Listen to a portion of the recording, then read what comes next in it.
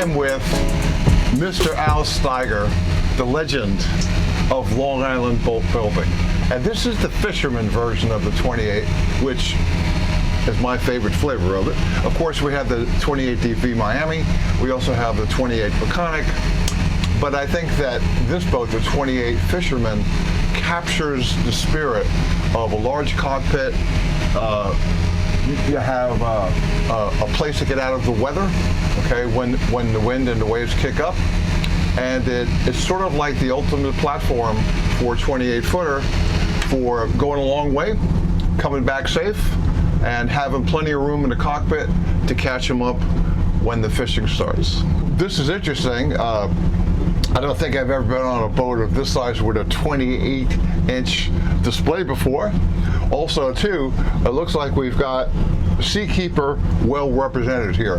I know we've got, what model Seakeeper do we have? Seakeeper 1. Seakeeper 1 under the hatch.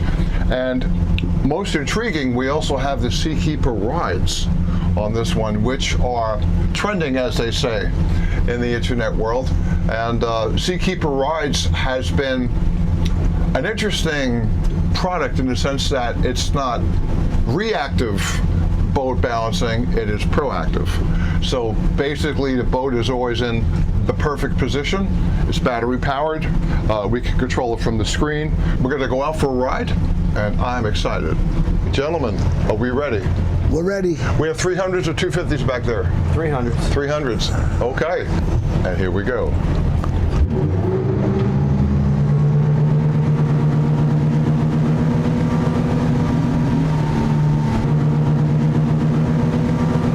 Wow, that was pretty cool. The level hole shot. No bow rise. And bow up a little bit, shines level. This is perfect. 4,000 RPM, and we are cruising.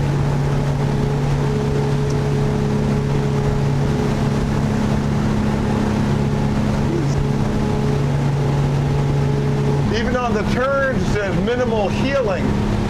This is like really cool.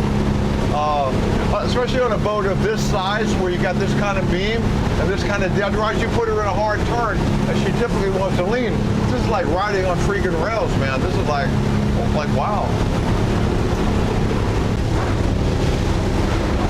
29 knots out the inlet. That's pretty cool. Once again, throttling down to a fast idle speed as we're going through the inlet. The thing about these Seakeeper rides, this boat is just like riding on some sort of a rail system, which is pretty cool. I don't think I've been on a boat of this size with this kind of V and this kind of beam that rode as I would sort of like will it to ride. Normally you're always making corrections. You're maybe reacting to the boat's attitude based on wind and sea and current. And this one here anticipates your every move. And it really is a very interesting and intriguing system. Helm visibility is obviously excellent. There really are minimal dead spots in your vision. So you have 180 degrees with minimal obstructions to see the ocean and the seaway in front of you. So it's got a very interesting layout. That the boat's 10 feet wide. So it's one of these things where there's plenty of elbow room. You literally could put 4 people across the front here. Everyone's got something to hold on to. And it's a great fishing boat, no doubt. And of the 3 28-foot Steigers that are available, and there's birds breaking to our east, diving on something over there, of the 3 28-footers, this one certainly is the fishiest of the 3, no doubt. So we're on the bar at Fire Island Inlet, and we're field testing the Seakeeper 1. Right, now we're going to turn the Seakeeper on. And there you go. So average speed, we're usually getting about 1.6 at a good traveling rate. We got 230 gallons of usable fuel in the 28. Top speed, 50 miles an hour, 5,900 RPM, 6,000, somewhere around that. Boat's very nimble. So very easy to handle, very easy to get up on a bar, very easy to get in and get in tight spots. We got the Minn Kota auto deploy on the front. That really makes a nice difference on this boat. It does add some weight. So between that, the Seakeeper 1, we probably got an extra 500-600 pounds of weight in the boat. We're still doing 50 if you want to. That's a 28 Miami with the larger cabin. The cabin's the size of the third one. You see the cockpit is smaller than this cockpit. That's the difference between the Fisherman and the Miami. And what's interesting too, you can really see the aggressive V in that boat. It's got a 21-degree aft dead rise from what I could see. Yep. It tapers to like a 40-something, 50-something angle in the bow.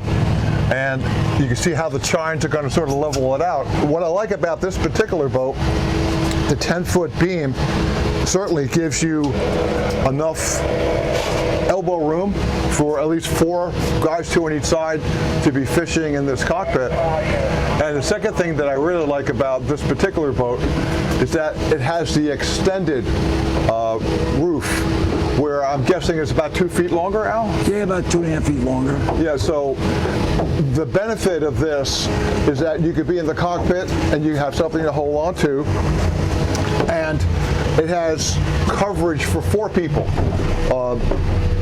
Two in the helm chairs, and 2 in the bench seats that are sit behind the helm chairs, where you could be sitting here like this and be totally weatherproofed, as far as if you're in rough seas and water's cascading off the hardtop, it's falling harmlessly back here. Whereas if you didn't have this extension, it would be a waterfall right here. It's got a triple wide bench seat. When you need it, it's there, and when you don't, it's sort of out of the way. Where you've got a super solid backrest to dream about the big fish that didn't get away today. And another thing too, even though on this boat here, you don't have conspicuous tow rails, the gunnel height, the cockpit depth is enough where you can sort of get up above your knees and lock yourself in. But what's interesting is that your feet are definitely not moving from here. So even if you lean over the side, leadering a big fish, your feet are not going to move. One of the key benefits of the Steiger 28 Fisherman is the cabin. And it looks like it has a 6-foot V-bunk that's super wide, where 2 people can definitely get down there. It also has a head system and a freshwater section. These are standard on all the boats now, pretty much. They're made by Todd. They make them specifically for us. They have armrests and they have the bolster pad that pops up and down. But this bolster doesn't go down flush, it stays high. So when you're on it, you don't feel like you're sliding off the thing all the time. We have the suspension seating, which is a really nice feature. So when you're in rough water, the seat goes up and down, takes a lot of the pounding out of it. So they're really nice. Yet another interesting feature about the Steiger 28 Fisherman would be the wealth of pass-through space as you're coming through from the helm area into the cockpit. This boat's it comes with different seating, but this boat has seating underneath, refrigerator, some storage under here. We have storage in a tackle box up here, where we have plano boxes, and then we have drawers down here. Then this is where the Seakeeper is. If you don't get a Seakeeper, that's a fish box. In closing, I always thought that this was the best 28 of the 3 girls that are in the Steiger fleet, between the DV Miami, the Peconic, and the Fisherman. And nothing that I found today disputes my original thesis. This is the best one of the three for me as a charter boat captain and as a tuna fisherman. It's got the wide cockpit, it's got the deep V ride, it's got Seakeeper, it's got twin Yama 300s, it's got more than enough rod holders, it's got seats that cushion the blow hitting every wave, and it's got protection for 4 anglers and another 3 across the back for the ride home. I mean, it's got everything you would want on a boat of this size, and probably more than just about any competitive craft that's in this size range. So I would say that walk or maybe run down to your local Steiger dealer and check one out for yourself.